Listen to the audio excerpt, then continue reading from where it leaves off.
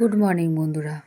আজকে শুধু রান্নাবান্না করেছি, কিন্তু স্নান পুজো কোনো কিছুই করিনি। ভিডিও এডিটিং করতে বসেছি।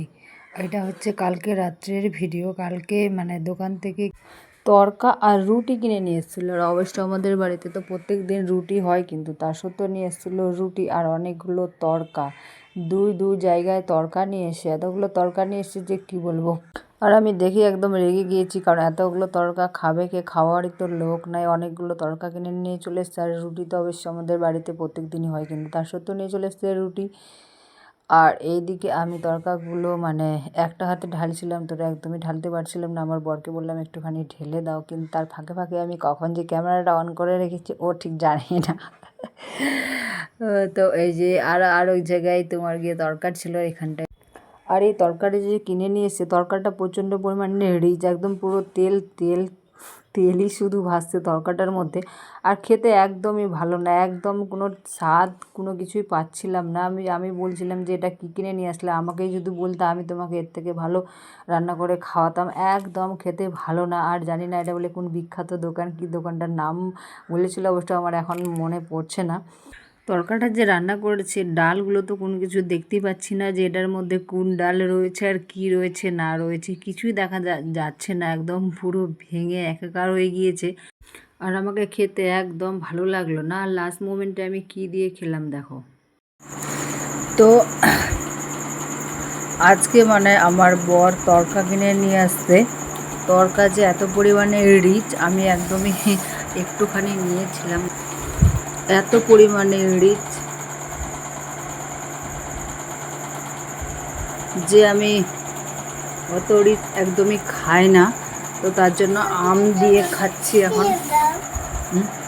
দাঁড়াও দিচ্ছি।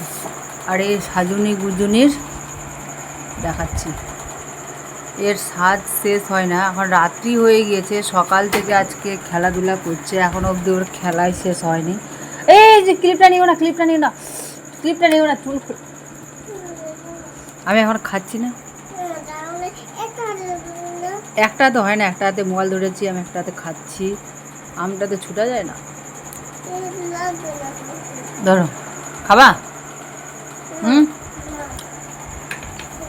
চলো ঘুমাবো, চলো। হয়ে গেছে, অনেক রাত্রি হয়ে গেছে। যে দেখো, অনেক রাত্রি, অন্ধকার।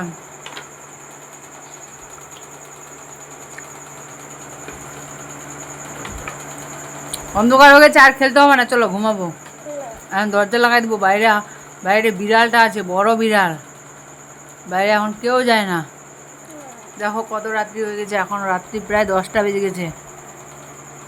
আমি এটা খাবো, খেয়ে দিয়ে এখন আমি ঘুমাবো। আমি কিন্তু আর জেগে থাকবো না। তুমি বাইরে যাও, আমি দরজা লাগাই ঘুমিয়ে যাব।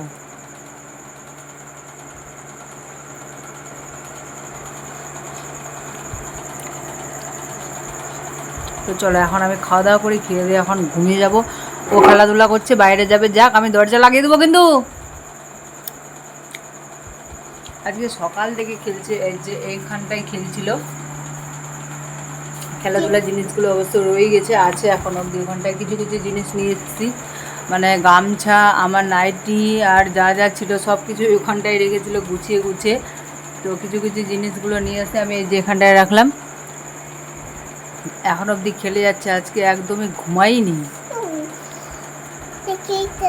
কোথায় ক্লিপ রাখলা? চলো টাটা।